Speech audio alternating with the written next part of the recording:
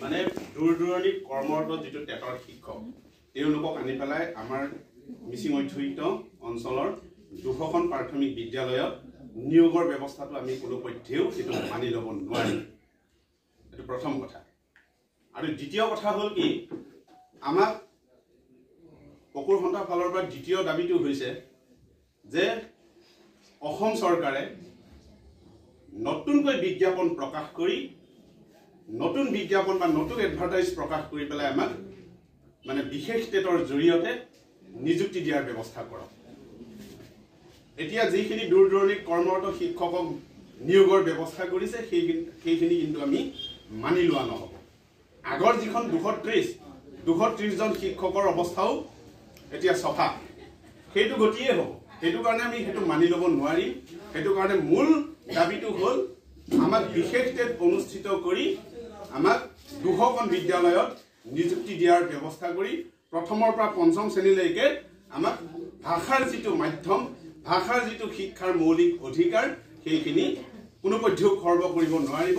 আৰু আমাৰ যিখিনি দাবী এই দাবী কিন্তু মানিব লাগিব।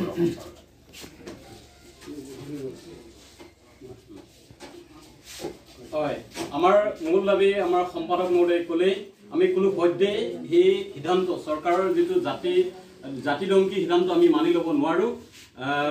নতুন পদ সৃষ্টি কৰাটো আমাৰ মেইন দাবী। যিহেতু যিসকল ব্যক্তি কৰ্মৰত হৈ আছে ইহঁতে বিশেষ আসাম টেটত কোৱালিফাইড হ'লেও আমাৰ লেংগুৱেজত কোৱালিফাইড নহয়। আৰু NEP 2020 লিখা আছে তাৰ চৰকাৰে আমি ফ'ল' কৰিবলৈ আমি আহ্বান জনাইছোঁ। আৰু প্ৰতিটো মিটিঙৰ আমাৰ যিটো ইচ্ছা আমাৰ ইচ্ছাৰ জৰিয়তে যিটো মিটিং বৈঠক গৈছিলে কেইবাখনো মিটিং বৈঠক গৈছে তাত যিটো মাইনুটছ লিখা আছে এই মাইনুটছবিলাক ফ'ল' কৰিব লাগে আমাৰ দাবী। মাইনুটছৰ মতে ইহঁতে সম্পূৰ্ণ বিপৰীত মতে কৰিছে। চৰকাৰৰ ল মেকিং পাৱাৰ আছে বুলি এই ল মেকিং পাৱাৰটো মিছ ইউজ কৰিব নালাগে। এতিয়া আমি গম পাইছোঁ অসম চৰকাৰে যিটো ল মেকিং পাৱাৰ এইটো মিছ ইউজ কৰি আছে। আমি পকুৰ কেবাঙে আহ্বান জনাইছোঁ আৰু আজি বিভিন্ন দল সংগঠনে সমবেত হৈছে আৰু জোনাইৰ পৰা সন্ধিয়ালৈ আমি আজি ডেলিগেট সমবেত হৈছে। যিসকল ব্যক্তি সমবেত হৈছে এইবিলাক প্ৰতিনিধি বুলি আমি ধৰিছোঁ। তো আমাৰ পকুৰ কেবাঙৰ পৰা আহ্বান জনাইছোঁ অনতিপলমে যি সিদ্ধান্ত লৈছে এইটো বাতিল কৰি নতুন টেট বা নতুন পদ সৃষ্টি কৰি টেট আয়োজন কৰিব লাগে বুলি আমি আহ্বান জনাইছোঁ। আপোনাৰ অনুৰোধ কৰিছোঁ ইয়াতে মেঘৰাম বন্যাৰে মোক যদি কেনেবাকৈ চৰকাৰে শুনাশুনিলৈকে যদি এৰেষ্টেড কৰে কিবা কৰে কিন্তু নলো জেলে পায় পাব সেইখন ইউকুচল ঢোলা মায়ে গম পাইছেনে। মোৰ এৰেষ্ট গেল শুনা লাষ্টত কি কৰিব এৰেষ্ট কেইখন মোৰ একদম তাৰমানে কাণত পুচু পাচা লৈ কি বুলি ইমান লাখ টকা লওক আৰু ইমান 1000 টকা হয় এইবিলাক বাদ দিয়ক আৰু মোক লৈ তোমাক এৰে মোৰ মানিমাং সেইটো কাৰণে নল জেলে পায় দৈ যাত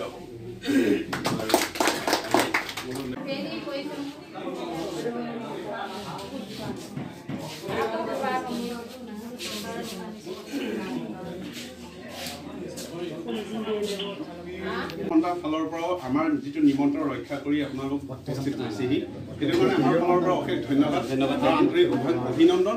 লগতে আমাৰ ৰাস যিটো শ্ৰী শ্ৰী কৃষ্ণৰ শৰতৰ যিটো মানে ৰাসলীলা এইটো আন্তৰিক অভিনন্দন জনাইছোঁ দেই সকলো মানে মেডিয়া বিষয়ে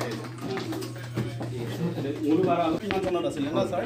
গতিকে চাওক তেতিয়া যিমানখিনি শিক্ষক নিয়োগ ব্যৱস্থা কৰিছিলে সেইখিনিতো এতিয়া চব নাইকিয়া হৈ গ'ল।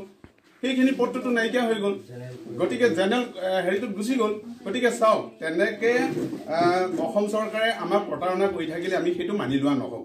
সেইটো কাৰণে অসম চৰকাৰক আমি বিনম্ৰতাৰে অনুৰোধ কৰিছোঁ বিশেষ টেটৰ জৰিয়তে 200খন বিদ্যালয়ত প্ৰাথমিক বিদ্যালয়ত আমাক মানে মিচিং ভাষাৰ শিক্ষক পদ নতুনকৈ সৃষ্টি কৰক।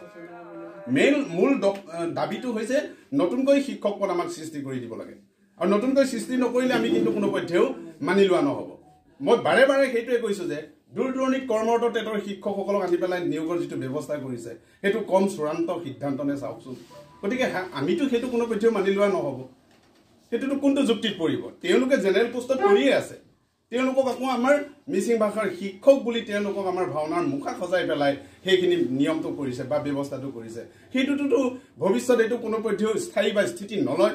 সেইটোতো এটা চূড়ান্ত তাৰ মানে এটা ভাওনাৰ মুখা হয় আজি ঘৰ সাজিলে বা আজি ৰভা পাতিলে কাইলৈ এদায় হৈ গ'ল আজি ভাওনা পাতিলে পিছদিনা মানে ভাওনা ৰভা শেষ মুখা আজৰি ঠিক তেনেকুৱা এটা চূড়ান্ত সিদ্ধান্তক আমি কোনোপধ্যেও মানি লোৱা নহ'ব সেইটো কাৰণে আমি অসম চৰকাৰলৈ দাবী তথা অনুৰোধ সেইটোকে জনাইছো যে হদিয়াৰ পৰা বুৰুলিলৈকে যিমান আমাৰ মিচিং মানুহ আছে সেইখিনিৰ ভিতৰত আমাৰ মিচিং ভাষাৰ শিক্ষক পদ নতুন সৃষ্টিৰ কাৰণে বিজ্ঞাপন প্ৰকাশ কৰিব লাগে অনতিপলমে নহ'লে আগন্তুক যিখিনি যিমান ধৰক পঞ্চায়ত নিৰ্বাচনেই হওক কি কয় বিধানসভা নিৰ্বাচনেই হওক সেই নিৰ্বাচনবিলাকত আমি উত্তৰ মানে কি কয় প্ৰত্যুত্তৰ দিবলৈ আমি সাজু হৈ আছো তাৰ কাৰণে আমাৰ হদিয়াৰ পৰা বুৰুলিলৈকে যিমান মিচিং জনজাতি আমাৰ মিচিং ভাই বন্ধু আছে সকলোকে জাগি উঠিবলৈ মই আহ্বান জনাম যে বিষয়টো কিমান মানে আমাৰ ভাষা এটা অধিকাৰ আমাৰ মৌলিক অধিকাৰ ভাষা এটা আমি এটা কোনোপধ্যেও বিলুপ্তিপ্ৰায় হ'ব দিব নোৱাৰোঁ কাৰণ ভাষা এটা আমাৰ নিজস্ব এটা আছে সেইটো কাৰণে আমি ভাষাক কোনোপধ্যেও